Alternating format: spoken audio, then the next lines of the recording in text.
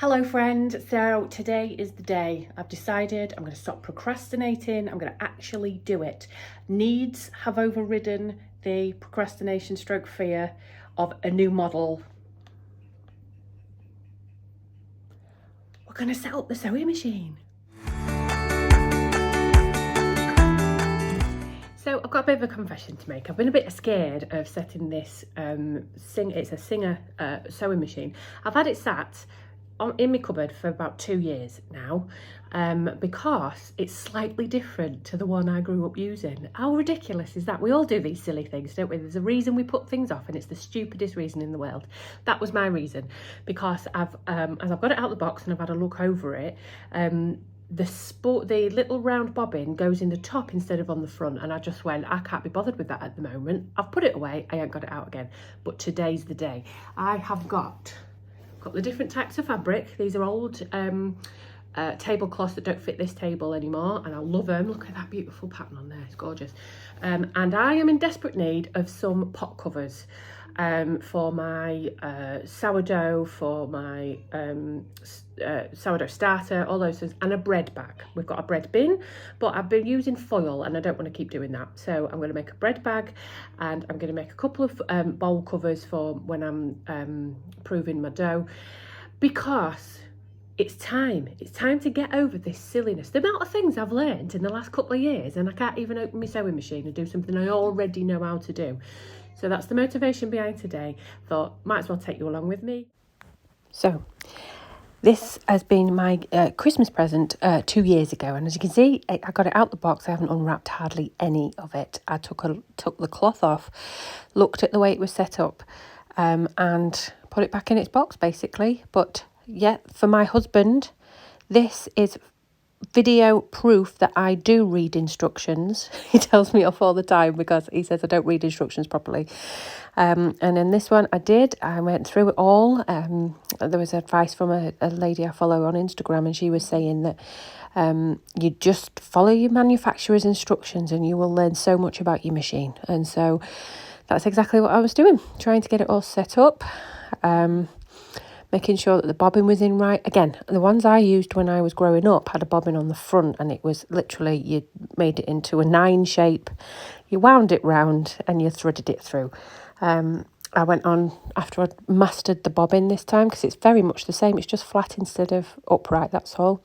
And I followed the instructions. What I realised after I was carefully looking, if you see on the top there, they've got numbers on it, and you just follow the numbers to thread the machine.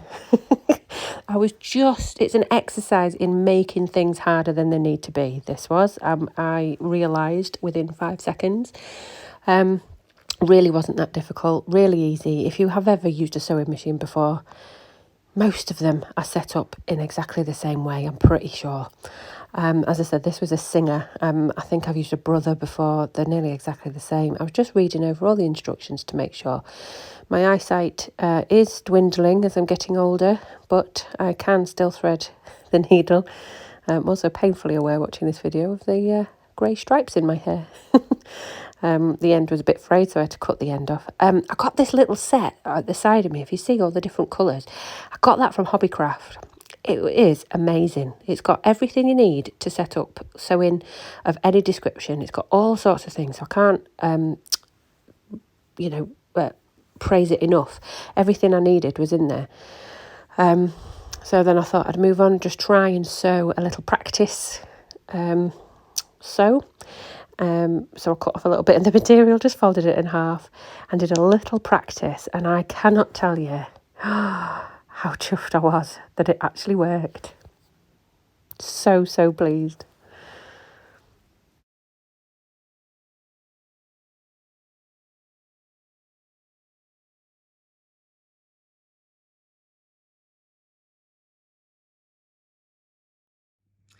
It worked. I'm so excited. Look.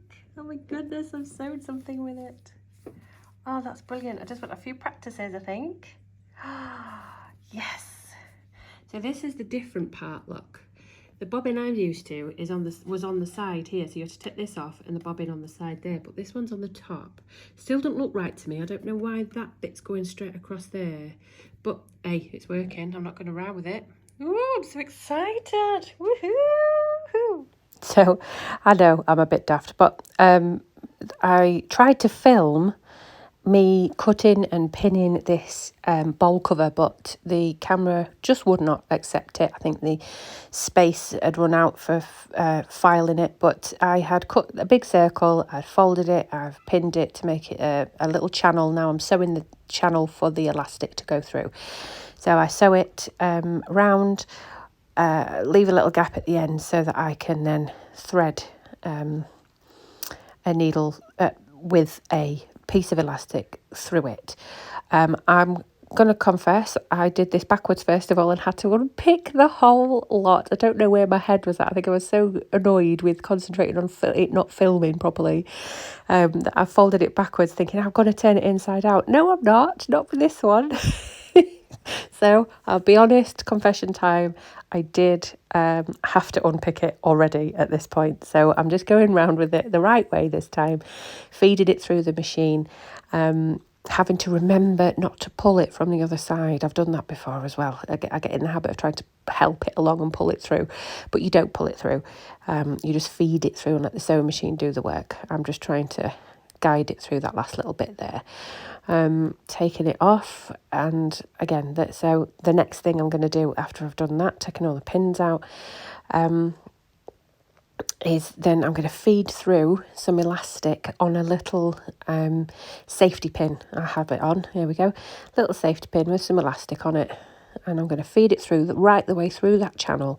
And as I feed it through, obviously it's going to pull it tighter, so I measured that elastic round the bowl and then took about 2 inches off it so that it's tight around the bowl, stretched, and just feeding it through. It can get a bit finicky, and then just sewing the hole closed where I put that little bit through after I'd sewn the elastic together again. I left about a 2-inch width around it, so that when I measured around the bowl and drew around the bowl, I then measured 2 inches around the rest of the bowl, around the rest of that rim, so that it would obviously cover more than just the outside of the bowl, and it worked. So next was onto the bread bag. Now, I'm going to be honest, I completely and utterly winged it. I completely winged it. I knew I wanted a drawstring bag. I remember making a drawstring bag at school, and I had this material, so I thought I would just measure as big as my tin for my loaf is, because that's the one I make most often, is the bread loaf, not the big round bowl. So I thought I'd measure my tin, give some extra width, obviously, so that when it's risen, it's bigger than the tin. And then put an extra, again, probably about 3 inches this time, on the top for the drawstring part, so I could fold it over. It's been a long time since I've measured anything out. And I got my fantastic, massive scissors. I love these. These are the ones that you need to put a lock on, because they do not want to be used for anything other than cutting fabric. And so once I'd got my shape cut out, I wanted to make the little channel again for the drawstring to go through. So I'm lining all that up and sewing. This one was a little bit easier. This is just a straight sew. I found it quite difficult to sew in the circle because it kept wanting to fold over on itself. So this is much easier. This was just a couple of straight lines sewing. So it was much easier trying to just feed it through there. What do you prefer? Do you let the pins go through, or do you take the pins out like I'm doing here? I've done both. So the one on the circle one, I let the sewing machine go over the pins. And on this one, I took the pins out as it went. I actually think I prefer taking the pins out. I don't like the feel of it when it goes over. I know it can, and the foot's adjustable for you to do it, but I don't like the feel of it when it goes over the pin, so I think I'm going to take them off next time. But what do you do? Do you leave yours in? I'm all up for tips. Let me know, because I'm very, very new still to sewing. I've done, not new to sewing. I'm not new to sewing at all. I've sewn since I was like 12, but it's been a very, very long time. My eldest was about 5 the last time I used a sewing machine, and she's now 24. So yes, it's been a long time since I've used one. So if you've got any tips, leave them in the comments below, please, because I'm dying to know and get better at this. This is something I really want to master and get a lot better at, so that I can sew for me and my family. So I'm carrying on here, just sewing the edges. And then I thought, I haven't got any cord, actually, to put through the drawstring, so I'm going to make one. So I am so pleased with that. We have had the bread bag. This is really, really exciting. I did the plaiting, look if you can see, of the cord rope there, just as some jute twine I had. So that's the bread bag. It's a rectangular shape. It don't look massive, but it's because we make the loaves of bread more often than we make the round balls of bread. I can make a round one when it's when we need one. And then we've got Elsa in there giving us a rendition, and my bowl cover. I'm so chuffed with this as well. I'll make another one of these, I think. So I've got 2 of these, and it was just off from some old tablecloth that wasn't being used anymore. So that's made a really good use of it. I'm so pleased. So pleased I got that out of there. Got it set up. It wasn't as scary as I thought it was going to be. I don't know what I thought it was going to be, really, to be honest. I thought it was going to go wild. It was going to go mad and all wrinkle up and pull all the thread out, but it didn't. It was great. It's brand new. And so I'm really chuffed with it. So this is your cue. If you've been putting something off because you're scared to do it, go do it. You will really enjoy it. And even if you mess up, I've had to pick about 3 of them. Even if you mess up, you're still learning. You're going to learn something from it. You can do it. Go do the thing that was scaring you. Go on. Don't forget to subscribe before you go and give us a thumbs up. But we'll see you next time.